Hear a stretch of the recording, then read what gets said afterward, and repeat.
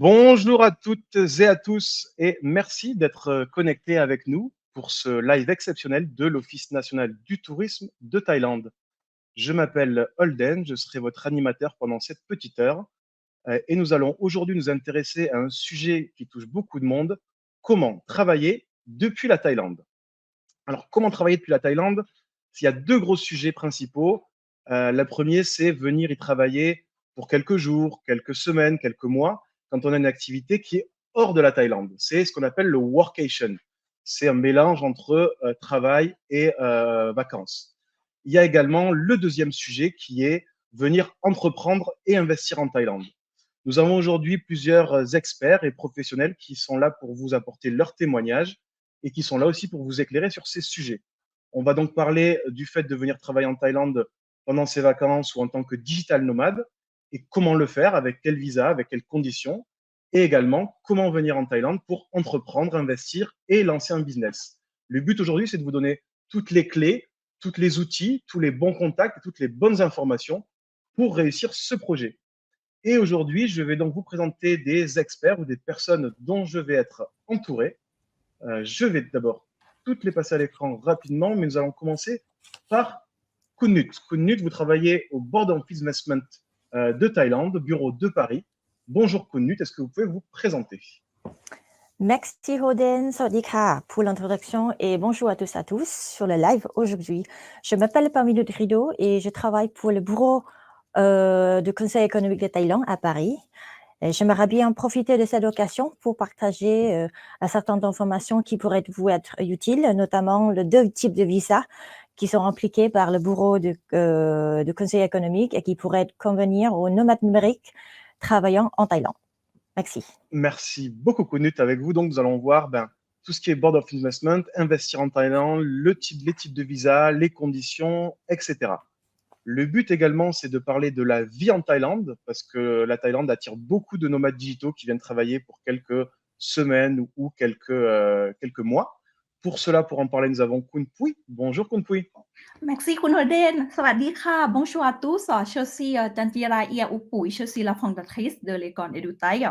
Je suis ravie de vous rejoindre à ce live. Et je suis ici pour vous parler de la vie en Thaïlande et aussi de la langue thaïlandaise. Merci beaucoup Kun Pui. Et justement, ce live est interactif. N'hésitez pas à nous poser toutes vos questions en commentaire. Nous y répondrons ou pendant le live ou après. Et d'ailleurs, vous pourrez retrouver l'émission complète en replay juste après le live. Au-delà des professionnels que sont Kun Pui et Kunut, nous avons également des entrepreneurs vivant en Thaïlande qui sont là pour nous partager leur expérience et leurs témoignages. J'accueille tout d'abord Louis Alban de la société Yindi. Bonjour Louis Alban. Bonjour, enchanté, merci beaucoup de m'avoir invité. Donc moi, j'ai monté une entreprise en Thaïlande dans la lutte contre le gaspillage alimentaire. Et donc, je raconterai un peu mon parcours, comment je suis arrivé en Thaïlande, comment j'ai monté l'entreprise et je l'ai développée dans la région. Voilà, à tout de suite. Eh bien, merci Louis Alban et à tout de suite. Nous avons des gens de divers endroits, de Bangkok, mais également de Koh Samui, puisque j'accueille Stéphanie. Bonjour à toutes et à tous. Bonjour Holden. Je suis ici pour vous parler aujourd'hui de mon expérience de création de société à Koh Samui, donc l'école de cuisine Infusion Cooking Classes, et puis pour vous parler également de ma vie d'expatriée. Merci beaucoup Stéphanie. Et également, le troisième et dernier professionnel qui viendra nous éclairer, c'est Kun Vincent de Billows. Bonjour Kun Vincent. Bonjour Holden. Donc, j'ai monté le cabinet Billows qui accompagne les clients dans la création d'entreprises et ensuite le suivi de leur activité commerciale en Thaïlande. J'ai aussi été vice-président de la chambre de commerce franco-thaïlandaise pendant plusieurs années et au bord de la French Tech. Et je vous expliquerai comment créer une entreprise, différentes structures disponibles et les pièges à éviter pour commencer une activité en Thaïlande. Comme vous allez le voir, donc, je vais être très bien entouré pendant ce live. Nous allons donc brosser les différents sujets, le workation, mais également l'investissement en Thaïlande avec des exemples, les procédés, les techniques. L'émission commence tout de suite, mais pour la commencer de la meilleure manière, je commence par donner la parole à la directrice de l'Office national de Thaïlande, bureau de Paris, pour le mot introductif de ce live. La parole est à vous, Kun Soraya Amchuen. Mesdames et messieurs, bonjour et bienvenue à cette émission spéciale sur le thème captivant de Vacation, travailler tout en profitant des vacances. En tant que directrice de l'Office national du tourisme de Thaïlande à Paris, je suis ravie de vous présenter aujourd'hui ce programme. Avec la pandémie du COVID-19, les habitudes de voyage ont été bouleversées et nous avons dû nous adapter à une réalité où la santé et la sécurité sont devenues des priorités absolues. Dans ce contexte, de plus en plus de personnes ont découvert les avantages de travailler à distance, offrant ainsi une liberté nouvelle et une flexibilité inégalée. Cette liberté a ouvert une porte vers une nouvelle façon de voyager, une façon où l'on peut prolonger son séjour et travailler depuis des lieux paradisiaques. La Thaïlande, avec ses paysages envoûtants, sa culture riche et son mode de vie unique, est devenue l'un des meilleurs endroits pour allier travail et détente. Que vous soyez un nomade digital en quête d'inspiration, un professionnel en télétravail, en quête d'un cadre enchanteur, ou un entrepreneur ambitieux cherchant à élargir ses horizons, la Thaïlande a tout pour répondre à vos besoins. Nos villes dynamiques telles que Bangkok et Chiang Mai regorgent d'espaces de coworking modernes et innovants. De plus, notre pays offre un réseau d'infrastructures de qualité, une connectivité Internet fiable, une communauté accueillante d'expatriés et de professionnels. Vous pourrez profiter d'un coût de la vie abordable, d'un climat tropical enviable et une multitude d'activités de loisirs pour vous détendre après une journée de travail productif. Au cours de cette émission, nous aurons l'opportunité d'explorer en détail les différentes facettes de travailler en Thaïlande, recommandations, opportunités, mode de vie, témoignages et conseils pratiques. Préparez-vous à être inspiré, à découvrir de nouvelles perspectives et à envisager la Thaïlande comme votre prochaine destination de vacation. Je vous souhaite à tous un agréable moment et vous remercie de votre présence. Merci beaucoup, Khun Soraya. Nous pouvons donc débuter maintenant le programme. Nous allons parler dans quelques instants d'entreprendre en Thaïlande. Quel type de visa, comment entreprendre, quel type aussi d'entrepreneur et quelles aides la Thaïlande peut vous apporter pour cela. Ça va se passer dans quelques instants avec Khun Nut. Mais tout d'abord, je voudrais clarifier un point qui n'est parfois pas clair pour tout le monde concernant le workation et les digital nomades ou les nomades digitaux. Une question qui nous est souvent posée est si j'ai une activité qui n'est pas liée à la Thaïlande, donc j'ai mon entreprise en France, je travaille pour une entreprise française ou une entreprise d'un autre pays, mais l'argent n'est en rien lié et l'activité économique n'est en rien liée à la Thaïlande, c'est le cas où on considère que la personne est digital nomade. Dans ce cas-là, où vous n'avez aucune activité économique liée à la Thaïlande, mais que vous souhaitez venir et pendant vos vacances, allumer votre PC et travailler un petit peu à distance, cela est possible sans souci, tant que vous, pendant la durée de séjour qui correspond au visa adéquat. Donc, si vous avez un visa touristique de 2 mois, par exemple, et que vous avez une activité économique qui n'est pas du tout liée à la Thaïlande, vous pouvez très bien, pendant 2 mois, être nomade digital et venir faire votre activité depuis la Thaïlande en workation.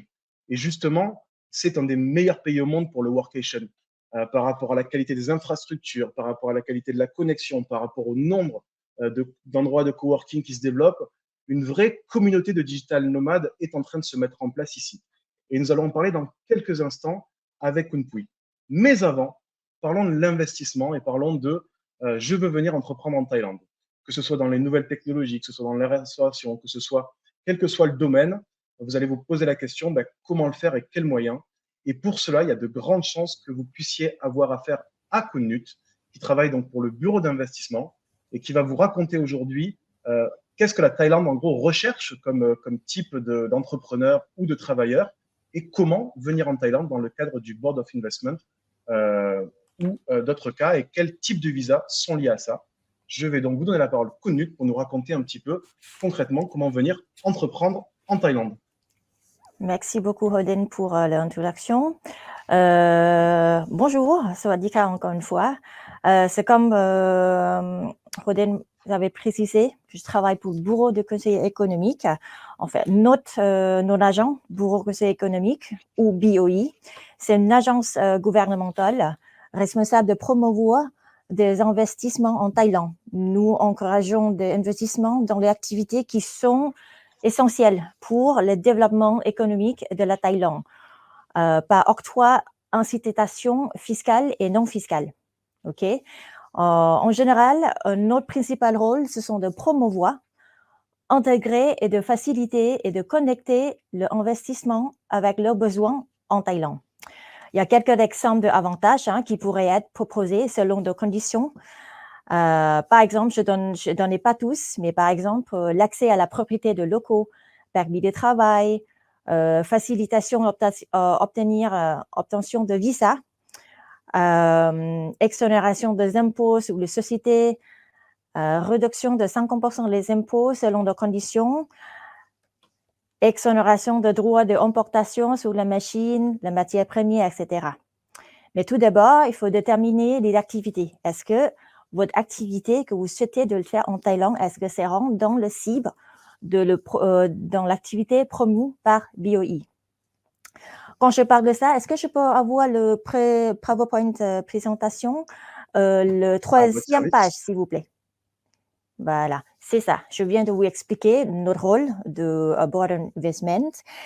Mais là maintenant, pour être concret sur le type de visa qui est lié avec nomades numériques travaillant en Thaïlande, il y a peut-être de demander quel type d'options de visa sont disponibles lorsque vous envisagez de venir en Thaïlande. Page numéro 4, s'il vous plaît. OK. Quelle est l'option de visa disponible? Tout d'abord, il n'existe aucun visa digital nomade. Il n'y a pas le type qui s'appelle Digital Nomad Visa, du moins pas pour le moment. Cependant, vous pouvez l'option disponible. Il existe de nombreux cas où vous pouvez réfléchir à partir travailler en Thaïlande. Votre employeur est basé en France et vous souhaiteriez continuer en télétravail pour une période de quelques mois ou même de plusieurs années. Pour résumer, il existe encore de nombreuses options permettant aux nomades numériques de rester et de travailler en Thaïlande. Néanmoins, les gens peuvent définir le travail différemment. Il faut donc un visa approprié. En fonction de votre activité, le Thaïlande peut délivrer certains permis de travail aussi. Les options de visa sont tous proposées à deux niveaux de prix, exigences et de procédures bureaucratiques différents. Je vous conseille tout simplement d'aller sur le site web de l'ambassade royale de Thaïlande pour avoir des informations détaillées de tout type de visa. Maintenant, je vais commencer par parler de deux types de visa que le bureau conseiller est impliqué. Donc, le premier, c'est le Smart Visa. Tu peux aller sur le page 7, s'il vous plaît. Merci beaucoup. Alors, le gouvernement thaïlandais a approuvé une nouvelle catégorie de visa qui s'appelle le Smart Visa. Donc, il y a 4 catégories d'étrangers qui sont éligibles à la demande de Smart Visa. Donc, il y a 4 types de visas. Le premier, c'est Smart Visa T, Talent, pour travailler dans l'entreprise, pour travailler dans une agence gouvernementale. Le Smart Visa I, c'est pour investisseurs. Le Smart Visa E, Executive, cadre supérieur, pour les personnes de la direction exécutive.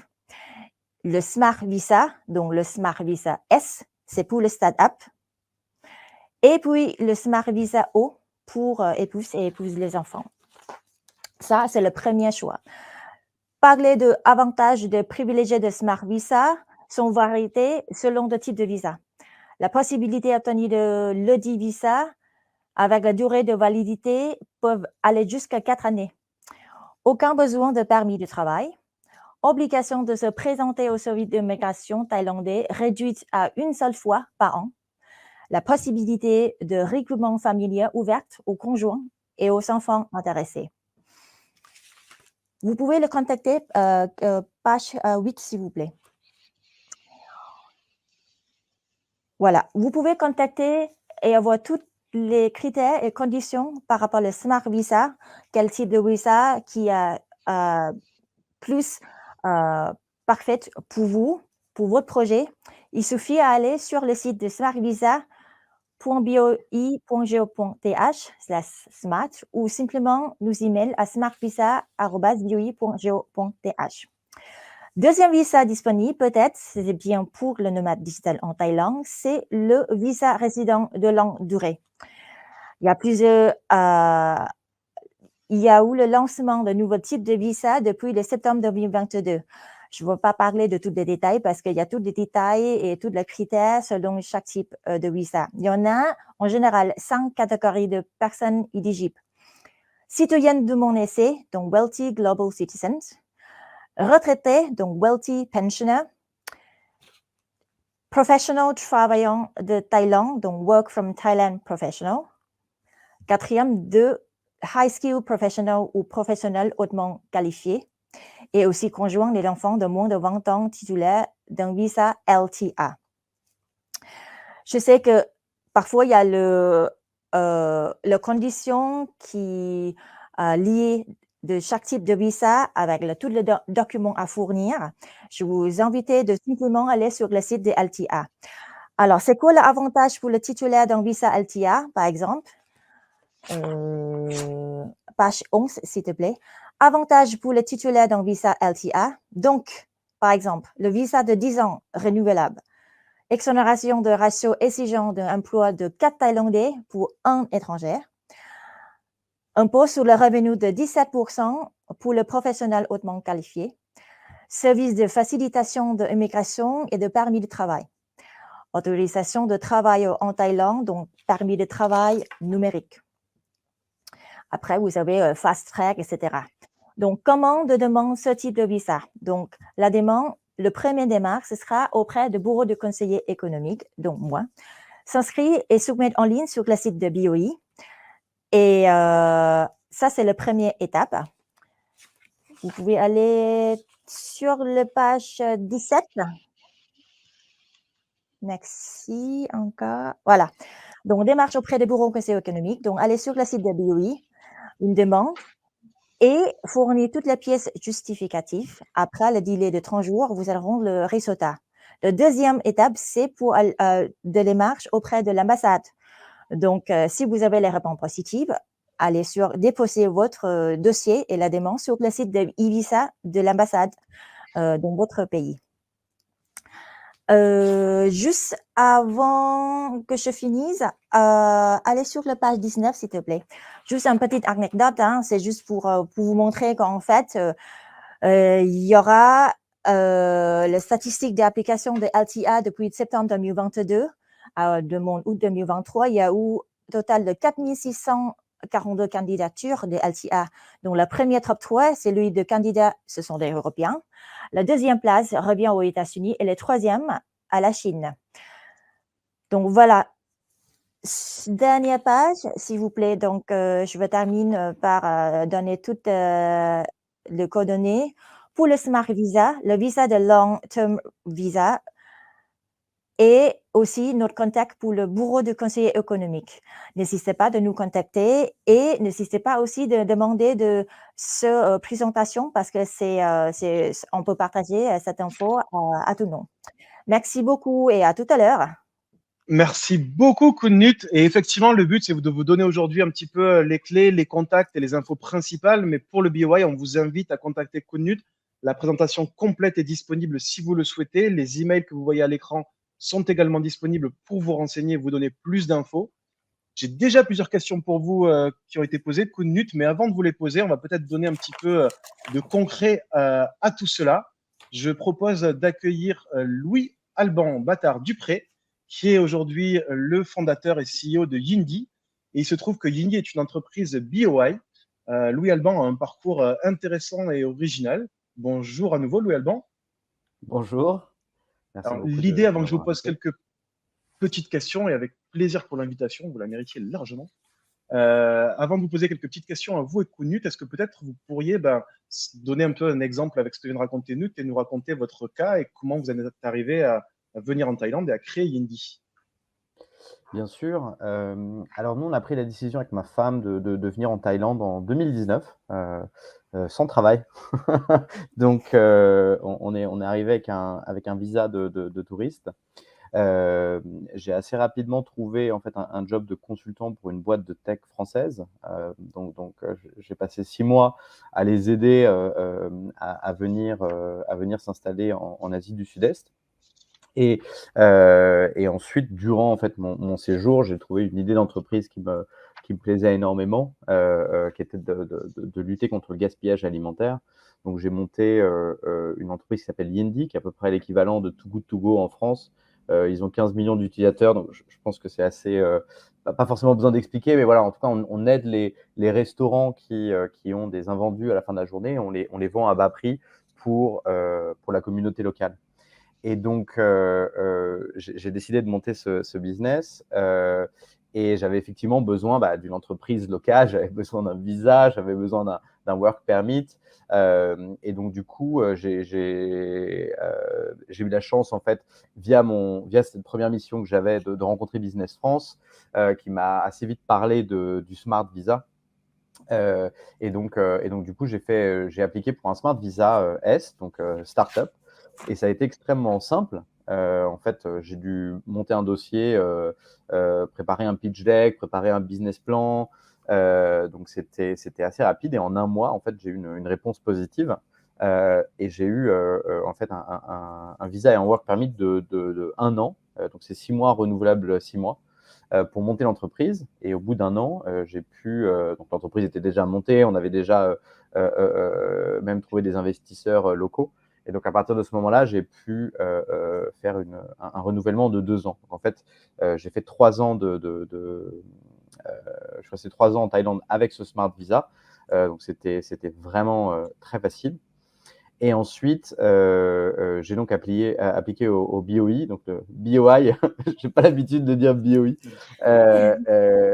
qui est en fait, en plus pour nous, un vrai gage de sérieux parce que c'est notamment énormément de grandes entreprises, soit technologiques, soit des grandes entreprises françaises qui ont ce statut de BOI. Et donc, ça a de nombreux avantages. Le premier, c'est le capital de l'entreprise en général en Thaïlande ne peut pas être détenu à 100% par des étrangers. Donc moi, en tant que Français qui veut monter ma boîte tout seul en Thaïlande, je n'ai pas le droit de détenir 100% des capitaux. Donc je suis obligé de trouver un partenaire thaï pour monter le business. C'est à la fois sage, mais c'est surtout obligatoire. Et à partir du moment où vous avez ce BOI, il n'y a plus besoin du tout d'avoir ces capitaux étrangers. Il n'y a pas de quota à l'embauche entre étrangers et locaux. Ça facilite énormément l'accès au visa. Il y a des avantages en termes de taxes. Donc voilà, donc c'était assez logique, et notamment de nombreuses boîtes en tech rentrent dans le BOI. Donc ça a été assez, le cheminement, on va dire, assez logique pour nous. Par contre, voilà, moi, je n'ai pas une expérience très rapide, puisque ça nous a pris à peu près entre 9 et 10 mois pour avoir ce statut BOI, donc ça a été extrêmement long. Et on a été accompagné forcément pour le faire. Donc, c'est une recommandation que je fais. Voilà, n'y allez pas tout seul, c'est quand même complexe. Voilà, donc ça nous a pris du temps, un peu d'énergie, mais finalement, on l'a fait. On est aujourd'hui très content de ce process. Voilà. Merci beaucoup pour ce témoignage. J'en profite pour rebondir, pour vous poser sur quelques petites questions qu'on nous a posées pendant ce temps-là. Vous parlez du BOI et c'est tout à fait normal d'avoir l'accompagnement Thaï. Est-ce qu'il y a aussi, vous, en tant qu'entrepreneur français, quand vous arrivez en Thaïlande, un environnement français pour vous aider? Je sais qu'il y a une chambre de commerce, qu'il y a la French Tech. Est-ce que c'est aussi des moyens qui sont utiles et complémentaires peut-être? Bien sûr. Moi, c'est vraiment quelque chose qui m'a impressionné quand je suis arrivé en Thaïlande, c'est qu'il y a une communauté française extrêmement développée et qui est qui a très envie en fait d'aider les Français, parce on est tous passés par par des hauts et des bas en arrivant, et j'ai trouvé ça assez impressionnant. Donc moi en fait très vite je me suis rapproché de la French Tech, et j'ai rencontré Vincent qui m'a beaucoup aidé. Donc ça c'était vraiment important. J'ai rencontré d'autres entrepreneurs qui m'ont aussi partagé leurs expériences. Il y a de nombreux events presque tous les mois avec la French Tech, donc ça a été assez fort. J'ai rencontré la chambre de commerce qui m'a permis en fait de développer aussi un réseau auprès des plus grosses entreprises françaises, et notamment pour moi je travaille beaucoup avec des hôtels, donc en fait il y a beaucoup de Français qui sont chez Accor, qui sont dans des entreprises hôtelières ou tout ce qui est food and beverage, donc ça a été quand même un vrai tremplin, on va dire, même pour monter ma boîte et trouver mes premiers clients. Finalement la communauté française a été extrêmement forte. Voilà, à la fois en tant que conseiller et maintenant ami, en tant que partenaire pour le business. Donc, ça a été vraiment quelque chose qui m'a boosté, on va dire, au départ. Eh bien, merci beaucoup. Et une petite question pour Knut, justement, qui est liée à ça. On me demande si j'ai déjà une entreprise en Thaïlande ou si je crée d'abord une entreprise qui n'est pas forcément BOI. Est-ce que je peux la transformer BOI après ou c'est quelque chose qui doit être fait dès le début de la création? Pour l'entreprise qui est déjà créée, oui, je dis oui, mais cependant, certaines conditions sont appliquées pour l'entreprise qu'ils ont déjà créée. Déjà, il faut établir d'abord, la première chose, est-ce que c'est le BOI, l'activité qui est promue par la BOI? Si oui, si c'est pas encore promu, certaines conditions telles l'investissement supplémentaire, quelle que soit la technologie, la machine, créer l'emploi, tout ça, c'est fait partie de la condition que ça rend dans le cadre de l'activité promue par BOI. Donc, mais ça, c'est vraiment cas par cas.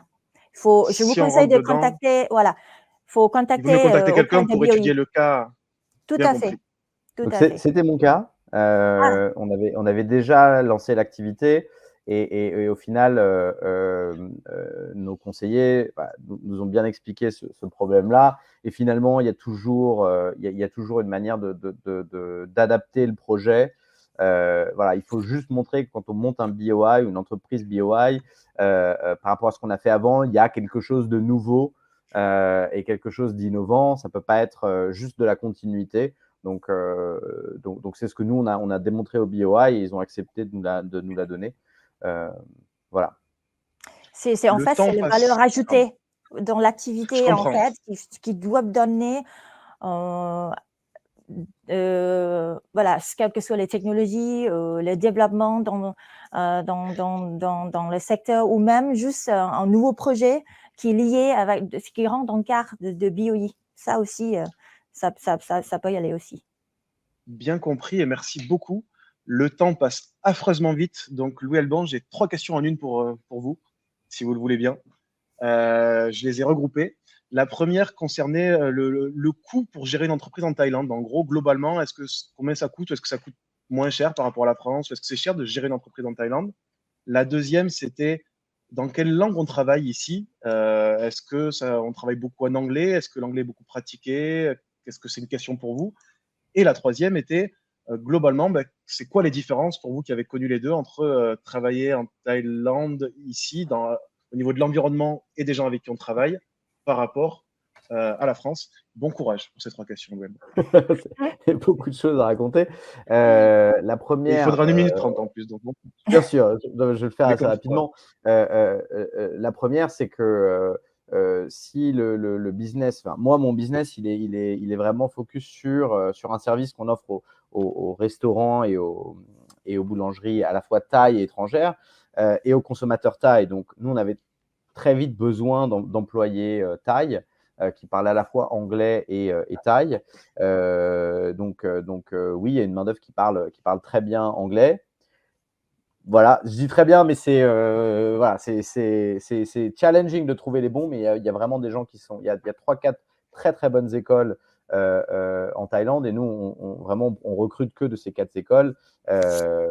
Donc, jusqu'à maintenant, c'est très positif. Ensuite, les salaires sont beaucoup moins élevés qu'en France. Donc ça, c'est quelque chose qui est assez avantageux quand on monte une entreprise. Et il y a aussi, en tant qu'à la fois entrepreneur, monter son entreprise en France, il faut payer un loyer en France. C'est beaucoup plus cher qu'un loyer en Thaïlande. Donc finalement, on se retrouve quand même beaucoup mieux ici, plutôt que de monter son entreprise. Donc moi, j'ai monté ma start-up, j'avais 33 ans. Et j'avais pas l'impression d'être un étudiant en fait. J'avais plutôt l'impression de plutôt vivre bien, alors que j'avais le même salaire que mon premier stage. Voilà. Donc finalement, c'était plutôt bien. Et la dernière question, c'était ? La dernière question, il y avait celle de l'angle, il y avait celle des bureaux, et il y avait celle de globalement la manière de travailler en France et en Thaïlande, les différences, les ressemblances, etc. Ah bah c'est très différent. Il faut se préparer. Il y a un choc culturel qui est assez fort. C'est pas du tout les mêmes manières de travailler. Moi, je pense qu'en France, on est très franc et on va un peu. Enfin, moi, j'étais un peu comme ça, un peu bourrin. Voilà, ici, il faut être beaucoup plus diplomatique avec les employés. Il y a beaucoup de choses qui ne sont pas dites, alors que nous, on a l'habitude de dire les choses. Donc, je pense qu'il faut se préparer au choc culturel. Voilà, mais au final, très heureux. On est une entreprise de près de 20 personnes. Et la majorité est Thaï, et on est très content. Donc au final, ça fonctionne. Voilà, les premiers mois, la première année était un peu dure, mais finalement, très content. Voilà. Ben, merci beaucoup. J'ai encore 10 000 questions pour vous, mais j'ai plus du tout de temps. Donc, je vous les poserai plus tard. Je vous invite les gens aussi à les poser en commentaire. Je reviendrai vers vous un petit peu plus tard quand on reviendra sur ce sujet. Mais maintenant, on va passer à la deuxième partie et un peu au deuxième autre sujet qui nous intéresse aujourd'hui, qui est le workation. C'est donc dans le cas où on ne veut pas spécialement entreprendre, mais où on est digital nomade ou alors on est employé d'une entreprise à l'étranger et on veut venir travailler un petit peu depuis la Thaïlande. Donc, comme je vous l'ai dit tout à l'heure, il suffit d'avoir un visa qui vous permet de venir en Thaïlande, touristique ou autre. Et tant que votre activité n'a aucun lien économique ou financier avec le pays, vous pouvez sans problème venir l'effectuer depuis la Thaïlande, la durée que votre visa touristique ou autre le permet. Ça va être l'occasion pour moi de vous donner 2 petits mots de Thaï. Travailler se dit tamgan et vacances ou repos se dit tiao. Alors, je le prononce sûrement pas très très bien, mais Kun Pui pourra le corriger plus tard. Je dis ça parce que c'est les 2 mots de la petite vidéo qui suit, tiao, vacances ou congés, et tamgan, qui sont un petit peu les 2 composantes du work, travail, et Asian, vacation, workation, tiao, tamgan. Une toute petite vidéo de 15 secondes pour introduire le prochain sujet, et on va retrouver Kun Pui juste après pour parler de la Thaïlande et du workation. เที่ยวทำงานเที่ยวทำงานเที่ยวทำงานคุณอาจสงสัยว่านี่มันคือทริปแบบไหนกันนะนี่คือทริปที่เรียกว่า workation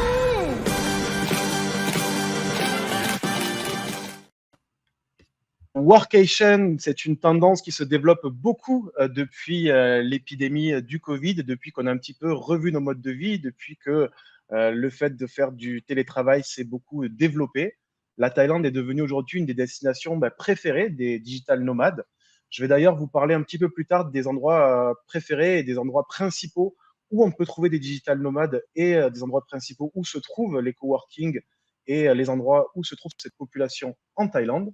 Mais avant, je laisse la parole à une personne multicarte, à Kun Pui, qui est à la fois professeur de Thaï, qui vient de sortir un livre et qui va nous raconter un peu à quoi ça ressemble de venir faire du workation en Thaïlande. Kun Pui, c'est à vous. Merci beaucoup, Kun Hoden, et merci pour l'explication des mots thaï tout à l'heure. Thamngan et Paitiao, c'est très très bien. Tu as bien prononcé, bravo. Merci. Alors, ma partie est beaucoup moins technique par rapport à Kun Pawinout et Kun Louis avant.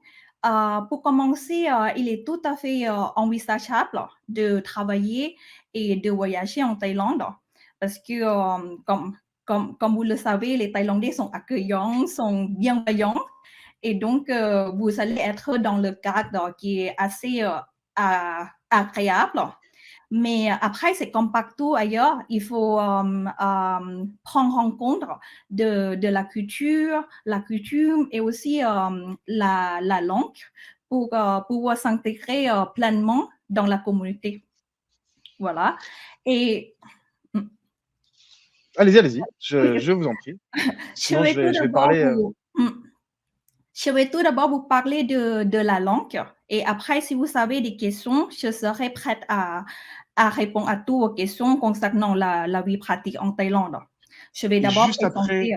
Oui. Et juste après votre intervention et avant les questions, on accueillera Kun Stéphanie, qui est entrepreneuse et qui a une société qui propose des cours de cuisine à Koh Samui et qui pourra du coup nous raconter aussi à quoi ressemble la vie concrètement en Thaïlande et la vie sur les îles. Juste avant, moi, je voudrais juste témoigner 15 secondes parce qu'en Thaïlande, j'y vis et j'y travaille. Et parmi les points principaux qui font que je suis extrêmement bien ici, il y a, je trouve, la qualité des infrastructures, la qualité de la connexion Internet. En tout cas, aujourd'hui, l'environnement pour les digital nomades, on a la 5G partout, on a la DSL et la fibre d'une qualité extrêmement bonne, on a un nombre de coworking et d'endroits pour travailler qui se développent à vitesse grand V, on a des infrastructures de qualité et peu chères, et un peu tous les éléments qui font que c'est un paradis, selon moi, pour les nomades digitaux, au-delà, évidemment, de l'extrême beauté du pays et de la gentillesse de son peuple que va vous narrer Kun Pui maintenant. Oui, alors je vais tout d'abord commencer encore une fois par la langue thaï pour faire une brève présentation de notre école. Alors, chez Edu Thaï, nous proposons une variété de cours de thaï, que ce soit en présentiel ou à distance. Vous pouvez suivre le cours en France ou partout ailleurs.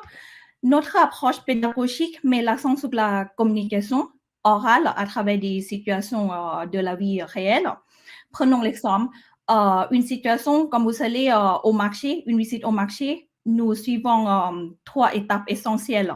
Tout d'abord, nous concentrons sur l'apprentissage du vocabulaire et des expressions clés comme demander le prix, faire des achats ou sinon aussi prendre le rendez-vous avec des amis thaïs.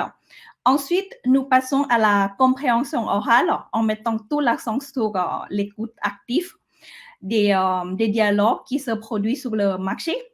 Et à cette étape, nous allons travailler également sur la compréhension orale et les tonalités, ce qui est très, très important dans la langue thaï de pouvoir respecter un peu nos symptômes parce que sinon, c'est un peu difficile.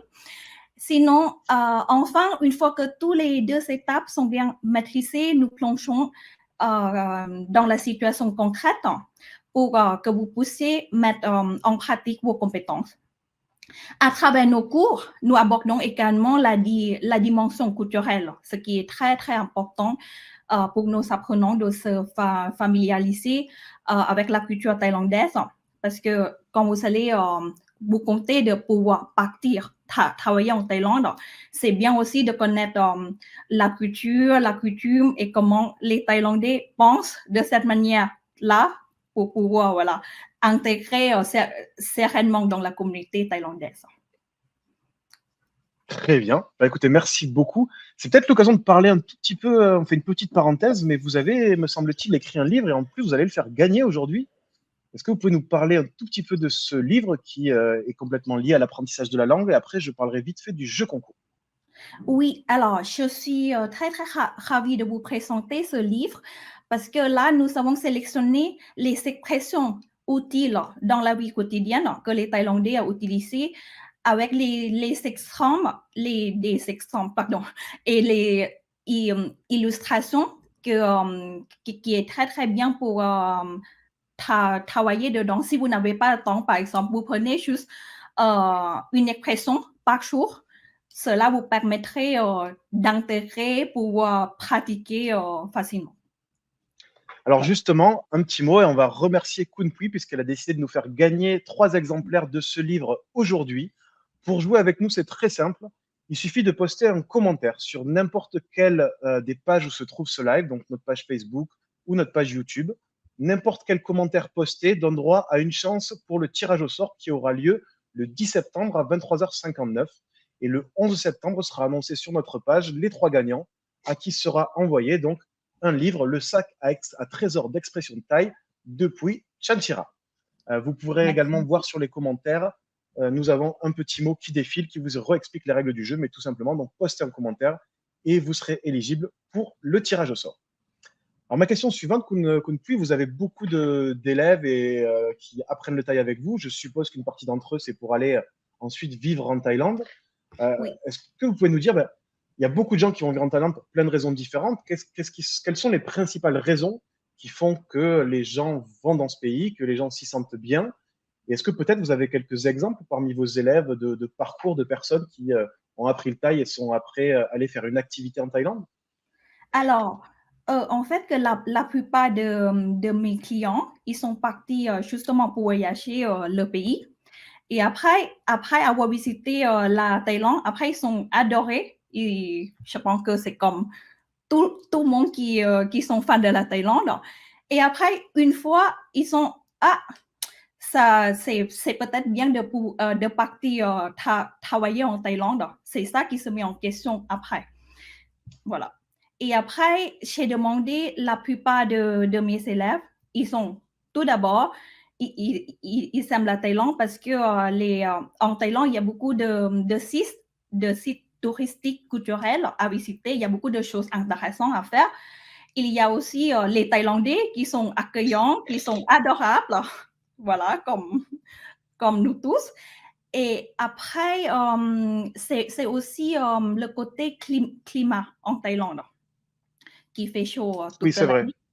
Voilà, c'est ça. Alors, et aussi, on va mettre juste les pieds dans le plat. Il fait chaud toute l'année, mais il y a aussi une saison verte ou une saison pluvieuse. Est-ce que cette saison, c'est vraiment embêtant pour y vivre à l'année ou pour y rester longtemps? Comment c'est vraiment le climat? Alors, non, pas tout à fait, parce qu'en fait, principalement, lorsque c'est la saison de pluie, il pleut. Il pleuvra en général 1 ou 2 heures par jour en moyenne, c'est-à-dire ça peut être le matin, au début de la soirée ou bien à l'après-midi. Donc, ce n'est pas très embêtant.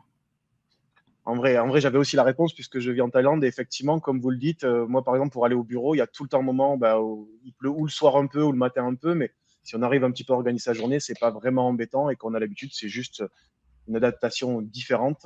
Et même quand il pleut, la température reste tout à fait agréable et chaude. Donc le t-shirt toute l'année, c'est une réalité. Voilà. Et après, vous pouvez aussi, en fait, consulter le service météorologique thaïlandais régulièrement. Comme ça permet de planifier vos séjours correctement. Écoutez, on va parler météo, mais pas que. On va maintenant accueillir Kun Stéphanie, qui vit à Koh Samui, et c'est la fin des rimes en i. Bonjour Stéphanie. Bonjour Holden, merci de m'accueillir aujourd'hui. Je vis à Koh Samui et j'y travaille depuis 2014. J'ai créé l'école de cuisine Infusion Cooking Classes. Alors, je vais vous expliquer un petit peu pourquoi j'ai choisi de m'expatrier en Thaïlande et puis en particulier pourquoi Koh Samui. Tout d'abord pour la qualité de vie. Koh Samui, c'est une petite île du golfe de la Thaïlande, donc évidemment sur la qualité de vie, cela coche vraiment toutes les cases. Ensuite, je suis arrivée ici à l'âge de 40 ans, donc évidemment, il fallait que je puisse trouver du travail facilement. Je n'ai pas encore l'âge de la retraite, loin s'en faut. Et donc là aussi, Koh Samui, c'est une île très active. Donc là, je savais que j'allais pouvoir trouver du travail facilement également. Je ne suis pas arrivée toute seule. Je suis venue avec ma fille de 17 ans à l'époque. Donc il fallait qu'il y ait une école. Donc des écoles à Koh Samui, il y en a beaucoup. C'est important quand même parce que quand on s'expatrie, généralement, c'est pas tout seul. Donc voilà, on a trouvé une école française, une bonne école pour ma fille. Il y avait aussi ma grand-mère qui avait 89 ans à l'époque et donc à laquelle il fallait un environnement médical de qualité. Et là aussi, Koh Samui vient cocher toutes les cases. Donc tout ça, c'était bien préparé et il y avait tout ce qu'il fallait pour que les choses se passent bien. J'avais pris au contact au préalable avec un cabinet de conseil juridique qui s'est occupé de la création de ma société, de m'obtenir mon visa B. Donc j'ai un visa business, donc c'est un visa qui est renouvelable tous les ans et qui demande d'avoir 4 salariés thaï en plus du travailleur étranger. Le cabinet conseil s'occupe de toutes les démarches administratives, donc ça c'est très simple. Et puis après, il n'y a plus qu'à. Donc, il n'y a plus qu'à apprendre à parler thaï parce que c'est important, très important. Il y a beaucoup de gens ici qui s'expriment en anglais avec leur staff. Moi, je pense que c'est vraiment dommage de passer à côté de cet aspect important de la culture et de pouvoir vraiment communiquer et s'intégrer avec les Thaïlandais, qui sont bon, voilà, des personnes qui ont beaucoup, beaucoup à donner et qui aiment partager leur culture avec les étrangers. Et puis, il y avait plus qu'à donner du contenu à la société et plus qu'à trouver des clients. Donc, je vous cache pas que ça n'a pas été facile au début. J'ai eu beaucoup, beaucoup de travail, mais bon, j'ai été beaucoup aidée. Et c'est une école de cuisine thaïlandaise que je gère. Donc, je me suis appuyée sur l'expertise de mes salariés qui m'ont énormément appris. Alors, j'ai deux, trois petites questions très concrètes. Dis-moi. Quand on veut créer une école de cuisine à Samui, à peu près, si c'est pas indiscret, ça coûte combien et ça prend combien de temps de faire une entreprise et de lancer un petit peu ça? Alors, les démarches administratives, en fait, sont assez rapides. La création de société en tant que telle, je pense que ça a pris une quinzaine de jours. Ensuite, la société demande le visa, un premier visa de travail pour le travailleur étranger, qui est un visa de travail de 3 mois. Mais là, on peut déjà commencer à travailler dès le moment où la demande de visa est enclenchée. En tout cas, préparer, puisque dans la quête d'une création de société, il y a beaucoup de préparation à effectuer. Ce premier visa de 3 mois vous permet d'obtenir en fait un permis de travail qui est renouvelable tous les 1 an ou tous les 2 ans, enfin ça dépend des cas.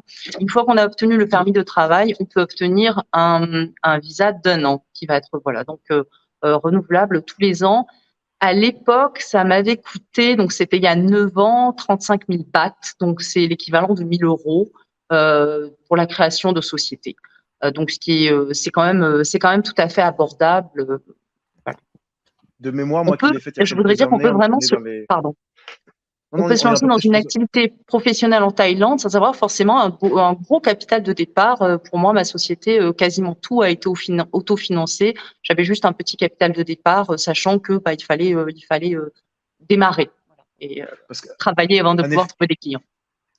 En effet, Koh Samui est une île où il y a la réputation d'avoir beaucoup d'entrepreneurs français. Vous en connaissez peut-être d'autres. Vous avez quelques autres exemples d'entrepreneurs français à Koh Samui qui ont des business, peut-être dans la restauration ou d'autres. C'est pour nous donner juste quelques exemples de types d'entreprises qu'on peut trouver à Koh Samui. Oui, il y a beaucoup de Français à Koh Samui qui s'impliquent dans différents types d'activités. Il faut quand même être prêt à changer d'activité. À Koh Samui, on ne retrouve pas toutes les activités traditionnelles, mais il y a notamment des agents immobiliers, il y a des restaurateurs, des personnes qui gèrent des hôtels, il y a des instructeurs de plongée francophones, il y a beaucoup des différents professeurs de français. Beaucoup de professeurs de français. Il y a même des écoles gérées par des Français. Absolument. Une petite curiosité d'ailleurs, vos clients aujourd'hui de votre école de cuisine, c'est des Français du coup? Alors, je parle 4 langues, donc mes clients, ce sont des francophones, des germanophones, des anglophones. On n'a pas beaucoup de Thaïlandais qui viennent prendre des cours de cuisine thaïlandaise à Koh Samui, mais le fait de parler thaïlandais, comme je l'ai souligné, c'est important. Je travaille avec des Thaïlandais. Et donc, nos prestations consistent dans des cours de cuisine sur place à Koh Samui. Donc ça va s'adresser à des touristes qui veulent s'initier à la cuisine thaïlandaise en apprenant 2, 3, 4 plats. Nous nous adressons aussi aux professionnels qui, eux, veulent étoffer la carte de leur restaurant ou leur carte de traiteur. Nous proposons des stages intensifs qui vont permettre d'apprendre à réaliser, par exemple, 50 plats. Et également, nous proposons des livres de recettes, donc parce qu'on a parlé du Covid précédemment, et nous, donc pendant 2 ans, c'était quand même très calme à Koh Samui, donc j'en ai profité pour écrire des livres de recettes qui sont disponibles en français, anglais et allemand, et donc là, ce sont des livres qui peuvent être achetés par n'importe qui dans le monde. Voilà. On me dit d'ailleurs dans l'oreillette que si on tape cours de cuisine vidéo sur la page de l'Office du tourisme, on peut retrouver des vidéos et des recettes avec Stéphanie, puisque nous avons déjà collaboré sur quelques petits projets. Et à titre perso, je vous invite, si vous souhaitez apprendre des plats thaï à Koh Samui, à contacter Infusion Cooking Class sur Facebook ou leur site internet. Ce sont des cours de qualité qui existent depuis longtemps et agréés TIT. On parle de Koh Samui, on parlait de Bangkok, mais une question qui peut se poser est: quels sont les meilleurs endroits si je veux aller faire un peu de workation ou être nomade digital? Et ce live est apparemment assez bien fait, puisqu'à l'instant vient de se projeter à l'écran une diapositive intitulée « Les meilleurs endroits pour les nomades digitaux ». Je vais donc essayer de vous donner un petit peu les endroits où se trouvent principalement aujourd'hui les personnes qui viennent faire du workation en Thaïlande ou qui viennent faire du digital nomadisme. Tout d'abord, et sans surprise, Bangkok. Bangkok, aujourd'hui, il y a des dizaines, voire plus de coworking. Il y a un environnement business très important. C'est une des places fortes de l'Asie où pas mal d'entreprises ont leur siège régional asiatique. C'est là où se trouvent aussi toutes les chambres de commerce, se trouve la French Tech, la chambre de commerce franco-thaï. Clairement, si vous avez un business qui a pour but d'être international ou d'avoir une taille conséquente, Bangkok est clairement la ville dans laquelle être aujourd'hui, ou pour entreprendre, ou pour faire du workation. C'est en tout cas là où vous aurez l'offre de coworking et d'environnement de business la plus grande, sans hésiter. Aussi, de manière peut-être surprenante, mais c'est quand même la deuxième plus grande ville de Thaïlande, mais Chiang Mai est aujourd'hui une ville très digital nomade friendly. Si jamais vous voulez ajouter des petits mots sur ces endroits-là, n'hésitez pas. Mais tout ça pour dire que voilà, Chiang Mai, c'est une ville qui est calme. Comme on le voit sur la photo, il y a très peu de grands buildings, c'est entouré de nature. C'est la ville des digital nomades relax, des digital nomades qui veulent être connectés à la nature et qui veulent pouvoir, en quelques minutes, se retrouver au bord d'une cascade et retrouver la ville en peu de temps pour être dans son bureau. C'est aussi un endroit qui a eu le plus grand développement d'espaces de travail partagés, de cafés de coworking. Et il y a une vraie, si ce n'est peut-être la plus grande communauté digitale nomade aujourd'hui en Thaïlande. Sur les îles, aujourd'hui, ce qui tire son épingle du jeu, c'est Koh Phangan.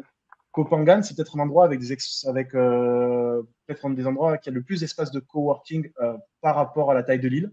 Il y en a quelques-uns aussi à Samui, mais je pense par habitant, c'est peut-être à Koh Phangan que c'est le plus dense. Et Koh Phangan, c'est le mélange entre la nature, la full moon et au milieu de ça, des espaces climatisés où vous pouvez travailler aujourd'hui.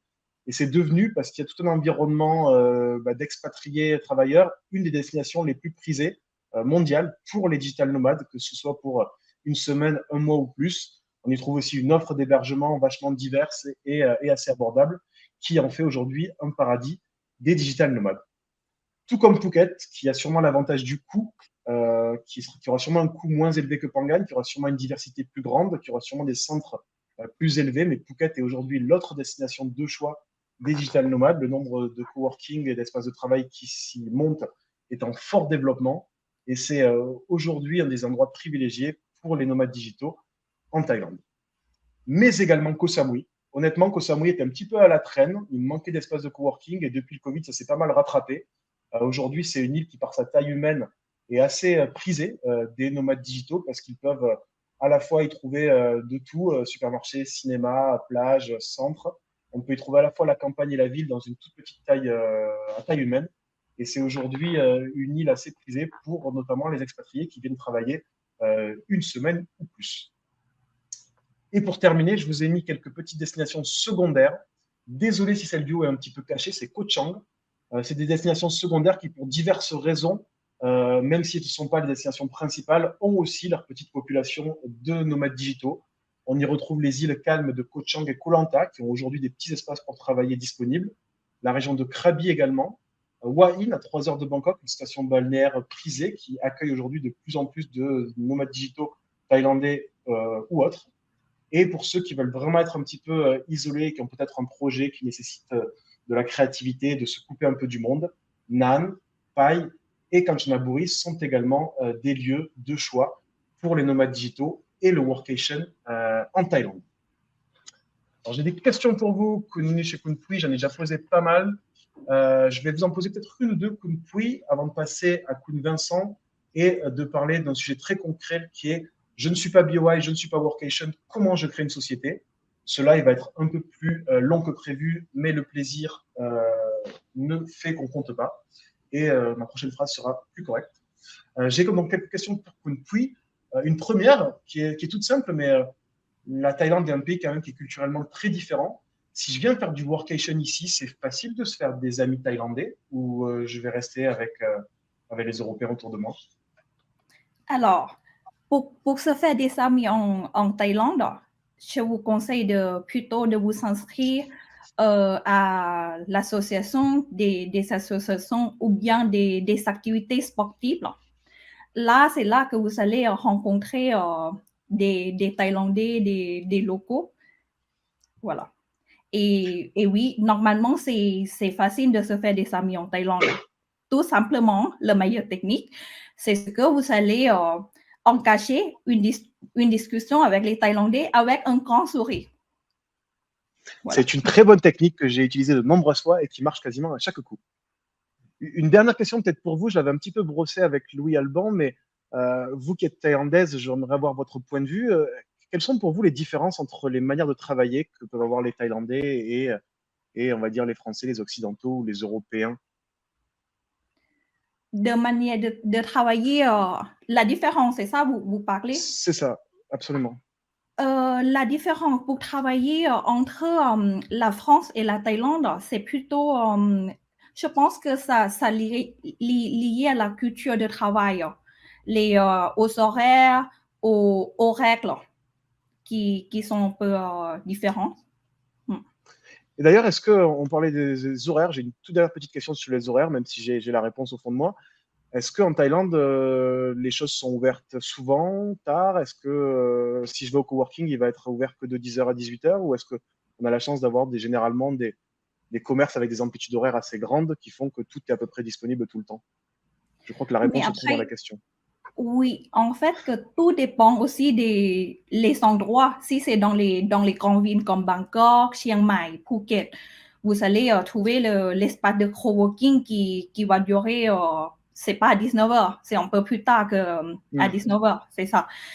Et voilà. Après, un petit point, je trouve que c'est très sympa, en fait, que une fois que vous allez, par exemple, vous allez respecter les horaires comme ici en France, vous allez terminer à 17h. Mais après, en fin de la soirée, vous avez quand même la possibilité de vous détendre. Comme par exemple, vous allez aller au salon de massage. Vous pouvez aussi profiter de la culture, de la nourriture thaïlandaise. Et là, c'est comme, c'est un atout de bien-être durable. Personnellement. Merci. Mais je le partage aussi. Je veux dire en quelques mots, c'est aussi ça, moi, qui me plaît aujourd'hui. C'est ce à quoi peut ressembler une journée type ici, entre toute l'offre gastronomique, entre l'offre de massage, entre les climats, entre la nature quand on est sur Samui. Ça me donne justement l'envie de vous poser une dernière question, Stéphanie, avant de passer à Khun Vincent, qui est à quoi ressemble un petit peu votre quotidien ou une journée type de Stéphanie d'Infusion à Koh Samui? Mon quotidien est très variable parce que en fait, Koh Samui est une activité vraiment saisonnière. Donc en ce moment, par exemple, c'est la haute saison. Donc j'essaie d'articuler autant que possible ma qualité de vie et puis mon travail, tout en travaillant quand même beaucoup. Mais mon quotidien en ce moment, c'est de commencer par le sport. Comme ça, je suis sûre qu'au moins c'est fait. Ensuite, j'ai mon premier cours le matin qui va se terminer vers 13h ou 14h. Et ensuite, je vais avoir environ 2 heures avant mon cours du soir. Donc, je vais essayer d'aller à la plage parce que j'habite à 5 minutes de la plage, voilà, pour me détendre, arriver dans les meilleures conditions possibles à mon cours du soir. Voilà. Ça, c'est la période haute saison. Et sinon, quand on est dans les saisons plus calmes, eh bien, on peut profiter évidemment de la nature et de tout ce que la Thaïlande a à nous offrir. Donc, comme le disait Khun Pui, les massages, les bons restaurants et puis les beaux paysages. Bon, ben, cela nous fait beaucoup trop rêver. Si vous avez des questions pour Stéphanie et la vue à Koh Samui, dites-nous. Mais pour revenir un peu plus dans la ville et le béton, je reviens avec vous après Khun Stéphanie et Khun Chanchira, Khun Pui, pardon. Mais vous avez, comme la plupart des détails, votre nom écrit et votre surnom. Mais donc, avant cela, je vais maintenant revenir à la ville, les beaux meubles, les chemises blanches et Vincent de chez Billows que nous accueillons maintenant. Bonjour Vincent. Bonjour Holden. Avec vous, Vincent, nous allons parler nous allons revenir un petit peu dans le troisième cas qui n'a pas encore complètement été évoqué, qui est je veux créer une société, mais c'est pas forcément une société BOI. Je veux venir travailler en Thaïlande. Il y a différentes manières d'ailleurs de venir travailler en Thaïlande. Il y a aussi des éventuels bureaux de représentation, etc. Mais aujourd'hui, vous avez une société qui s'appelle Billows et qui globalement, si je ne me trompe pas, aide les personnes qui veulent venir s'installer ici à le faire avec la manière qu'ils souhaitent. Le but avec vous, c'est de parler un petit peu concrètement je veux entreprendre en Thaïlande, comment ça se passe et comment on fait? Est-ce que je ne vous ai pas trop mal présenté, monsieur le PDG? Non, non, c'est bien. Je pense qu'il faut remettre les choses dans leur contexte. J'ai une slide, est-ce que c'est possible de la mettre? Voilà. Absolument. La slide est là et maintenant, je vous donne la parole pour nous raconter un petit peu concrètement comment ça se passe si on veut, sans passer par le BOI, sans passer forcément par des systèmes particuliers. Je veux juste venir créer une société en Thaïlande ou avoir une activité, travailler en Thaïlande. Vincent, c'est à vous. En fait, pour bien comprendre, en général, on ne crée pas une société pour créer une société. Dans le cheminement d'installation en Thaïlande, si vous souhaitez séjourner longtemps en Thaïlande et travailler en Thaïlande, vous devez avoir un permis de travail. Et la Thaïlande n'a pas vraiment de système qui permette à un étranger de travailler freelance. Et du coup, on est sur un certain nombre de visas limités qui permettent d'avoir un permis de travail. Donc, tout à l'heure, on a très bien expliqué les deux visas qui sont relativement récents, le LTR, Long Term Resident Visa et Smart Visa, qui sont là, ils sont des visas, on va dire, plus modernes, qui viennent avec beaucoup d'avantages par rapport au système traditionnel, mais qui ont des critères d'éligibilité assez élevés, qui font que, à part peut-être le Smart Visa S pour les gens qui font des startups c'est le cas de Louis Alban pour Yindi, mais à part ça, ces visas sont pas évidents à obtenir. Il faut vérifier les critères, mais tout le monde n'y a pas accès. Donc, quand on ne peut pas avoir cet accès, on revient du coup sur les systèmes personnels. On a en réalité 3 principaux véhicules qui permettent d'obtenir un permis de travail en Thaïlande, qui sont la société thaïlandaise, le bureau d'orientation et une société avec une licence BOI. Le BOI, rapidement, quand c'est possible, quand on est éligible, c'est la première chose à étudier parce que on peut la détenir en étant 100% étranger et il y a en effet beaucoup d'avantages. Mais ce n'est pas toujours le cas et quand on ne peut pas, quand notre activité ne fait pas partie des activités éligibles par le BOI, le système le plus utilisé est la société thaïlandaise. Donc c'est une société à responsabilité limitée, l'équivalent d'une SAS en France. Et la Thaïlande, en fait, limite un certain nombre d'activités commerciales pour lesquelles on ne peut pas les exercer en Thaïlande sans avoir un associé thaïlandais. Donc, sans aller dans plus de détails, en règle générale, tout ce qui est activité de consulting, de restauration, de tourisme, d'école de culinaire, comme on a vu aussi tout à l'heure, il faut un associé thaïlandais pour pouvoir faire cette activité-là. Ensuite, pour que cette société thaïlandaise puisse embaucher un étranger et du coup sponsoriser son permis de travail, il faut un capital social d'au moins 2 millions de Thai baht, donc 52 000 euros. C'est de l'argent qui n'est pas bloqué, mais l'argent qui doit être investi dans la société en Thaïlande. Et il faut ensuite un minimum de 4 employés thaïlandais qui travaillent depuis plus de 3 mois pour la société. Donc en pratique, ça veut dire qu'il faut trouver des salariés, les embaucher, les enregistrer à la sécurité sociale et c'est seulement après le 3e mois qu'on peut faire les demandes de visa, permis de travail qui permettent ensuite de rester en Thaïlande pour une durée d'1 an renouvelable tant qu'on conserve son quota d'employés thaïlandais. C'est la structure la plus utilisée. Il y a ensuite le bureau de représentation qui a l'avantage d'être en réalité une émanation de votre société française. Donc, il faut d'abord avoir une société en France ou ailleurs. Il n'y a pas besoin d'avoir d'actionnaires locaux, mais le nombre d'activités est extrêmement limité. La société ne peut pas générer de revenus, ne peut pas facturer en Thaïlande. Donc, c'est plutôt intéressant pour des sociétés internationales qui viennent faire des opérations d'entrée sur le marché, qui veulent un petit peu tester ou suivre un petit peu le marché local avant de s'établir plus en avant. L'avantage de cette structure, c'est qu'il y a un quota de seulement 1 Thaïlandais par étranger, avec une limite en pratique de 4 étrangers. C'est difficile d'avoir plus sur ce type de structure.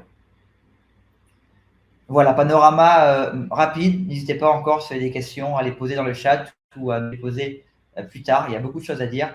Mais ce qui est important, c'est qu'il faut vraiment se préparer, avoir l'investissement minimum, bien préparer son projet et bien se faire accompagner pour être sûr que l'activité et votre expatriation en Thaïlande se passent dans de bonnes conditions.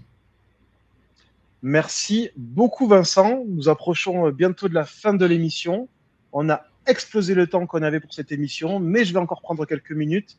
Je vais juste prendre toutes les personnes qui participent à ce live Et si ça vous va, nous terminerons, il reste encore à peu près 5-6 minutes. On a pas mal de questions, je ne pourrai pas vous les poser toutes.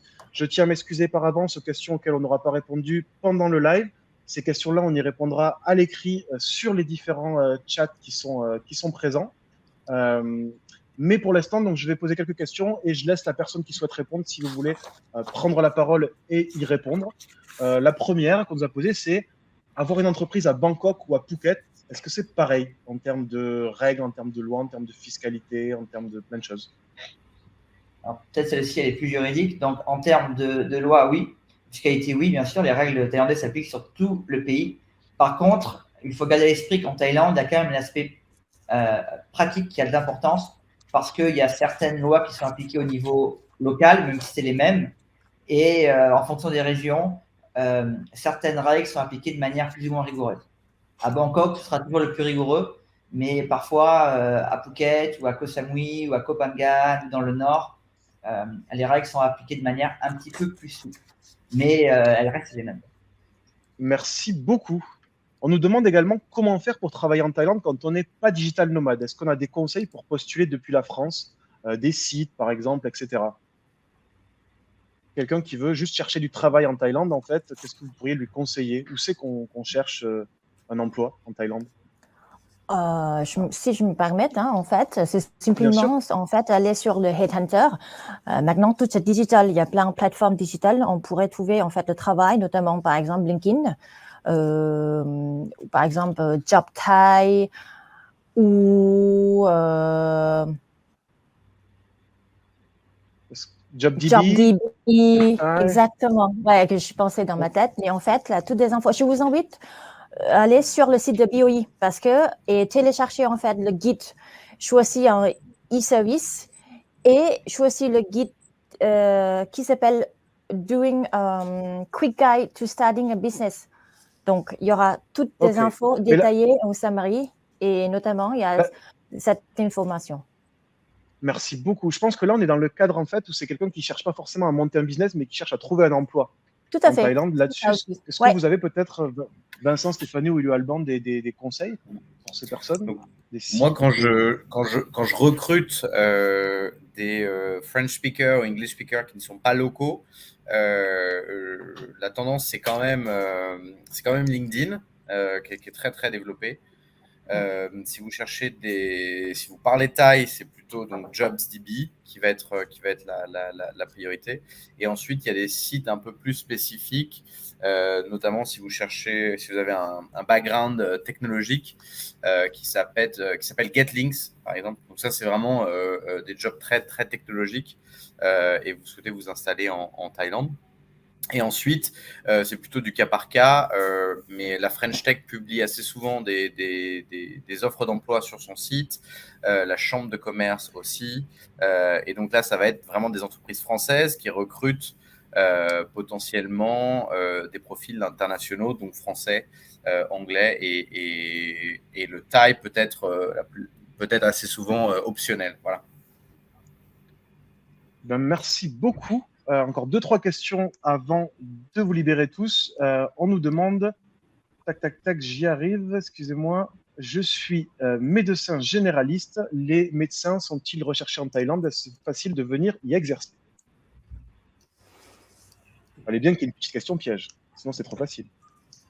Est-ce que quelqu'un a la réponse à ça? Et si vous ne l'avez pas, c'est pas grave, nous nous renseignerons et nous y répondrons par écrit en commentaire par la suite. Alors, si personne ne peut répondre, je vais prendre celle-ci aussi. En fait, il y a tout un tas d'activités en Thaïlande où pour pouvoir la faire, en fait, il faut un diplôme thaïlandais.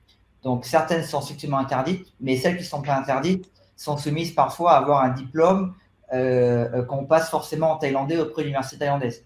Donc, en pratique, être médecin français en Thaïlande, ce n'est pas possible.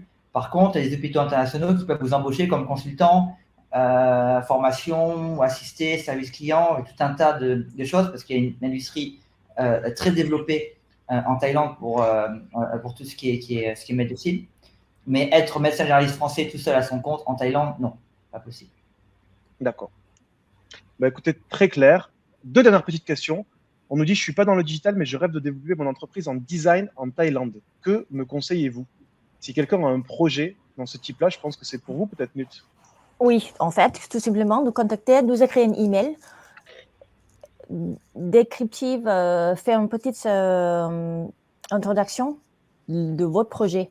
Parce que quand on parle d'entreprise de design, qu'est-ce que c'est? C'est vous-même seul que vous créez la société.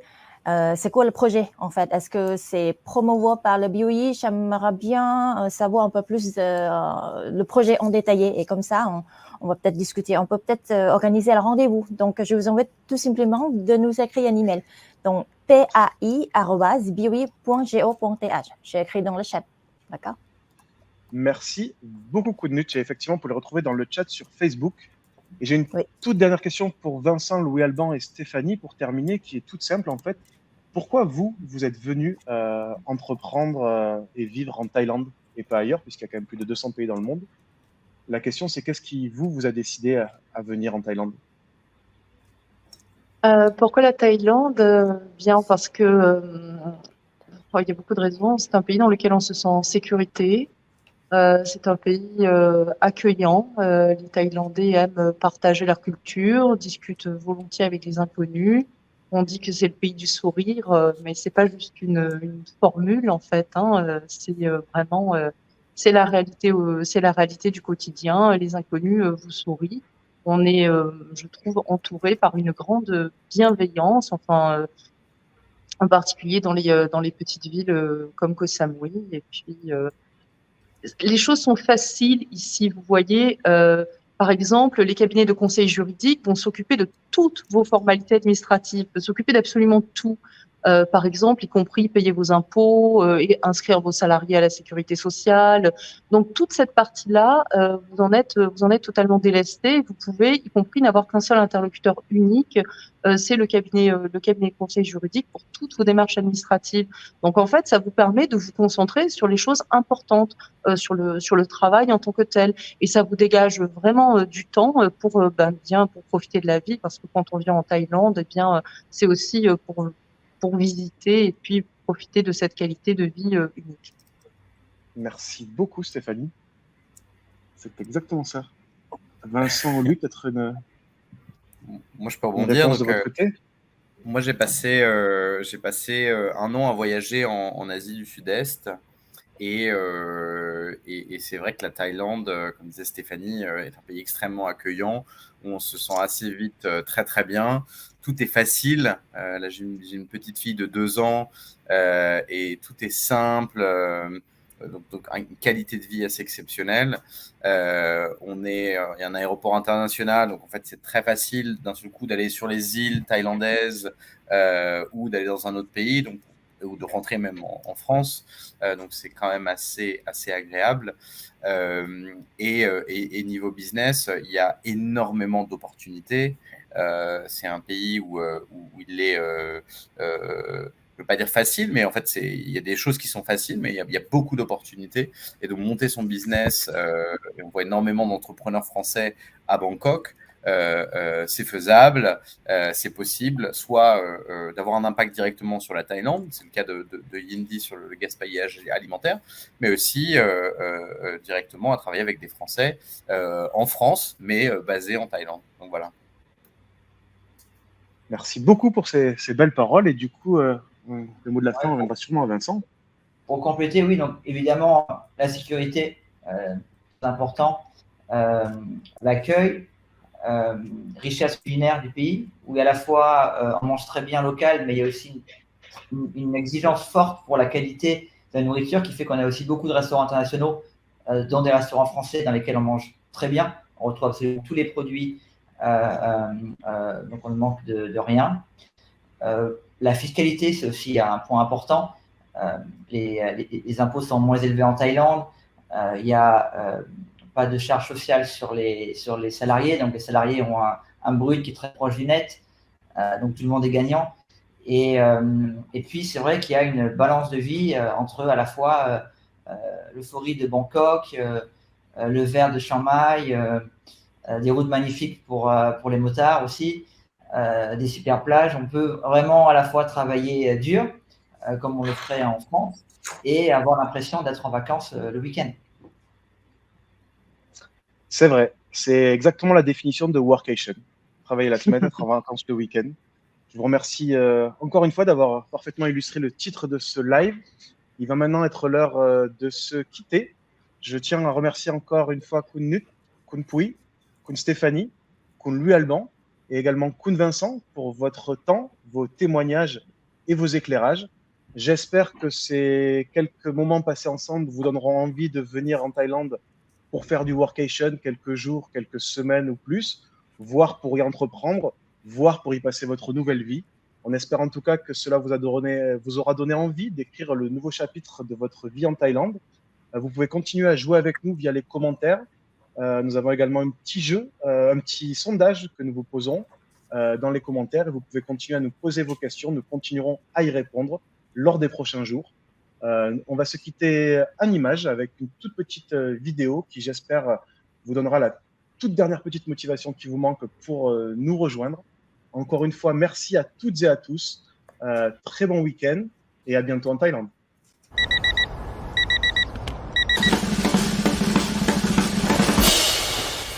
It's time to make a change.